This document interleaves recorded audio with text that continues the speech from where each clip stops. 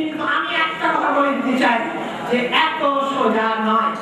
আমরা 30 বছর ধরে দেখছি শেখ হাসিনা রাজনীতিতে এসেছেন 81 সালে, খালেদা জিয়া রাজনীতিতে এসেছেন 83 সালে, 81 সাল থেকে 2011, 30 বছর আমরা একই জিনিস দেখে যাচ্ছি।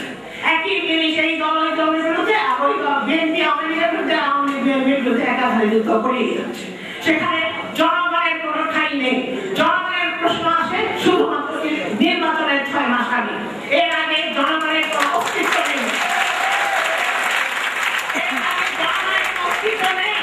কিন্তু তাদের প্রতিটি কাজ তারা জনগণের ভয় দিয়ে করে যাচ্ছে। জনগণ এই চায়, জনগণ সেই চায়, কিন্তু জনগণের কাছে কখনো প্রশ্ন করা হয় নাই যে আপনারা কি 55 টাকা কেজি চাল খেতে চান। সেটা কিন্তু জনগণকে কোনো প্রশ্ন করা হয়নি, কিন্তু জনগণের ভয় দিয়ে সব করেই যাচ্ছে। সুতরাং এই বিএনপি যদি মনে করে থাকে যে এতই সোজা, এবং তারা কিছুদিন আগে ডক্টর ইউনূসের কাছে অফার করতে চেয়েছিল যে ডক্টর ইউনূসকে পক্ষে টেনে নিয়ে একটা রাস্তা করা যায় কিনা, এত সোজা না। দেশ না ডক্টর ইউনূসকে লিজ দেওয়া হয়েছে, না বিএনপিকে লিজ দেওয়া হয়েছে, না আওয়ামী লীগকে লিজ দেওয়া হয়েছে। এই দেশ 16 কোটি মানুষের, এই দেশ আপনাদের, এই দেশ আমাদের সব। সুতরাং এই দেশটা আমরা কাউকে লিজ দিয়ে নেই। আপনাদের কাছে আমি প্রশ্ন করি, যারা এখানে বয়োজ্যেষ্ঠ আছে এবং যারা ছোট, যারা শুনেছ যে এই গত 30 বছরে এই শেখ হাসিনা এবং খালেদা জিয়া কখনো কি একসাথে হয়েছে?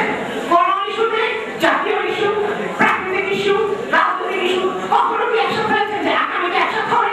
30 বছরে তারা কোনদিন একসাথে হয়ে কোনো সব সমস্যার সমাধান করতে উদ্যোগ নেননি। তারা আগামীতে কিভাবে একসাথে হবে, আগামীতে কিভাবে একসাথে হয়ে তারা রাজনীতি করবে না, আমরা সেই প্রশ্নটা আমরা রাখতে যাচ্ছি।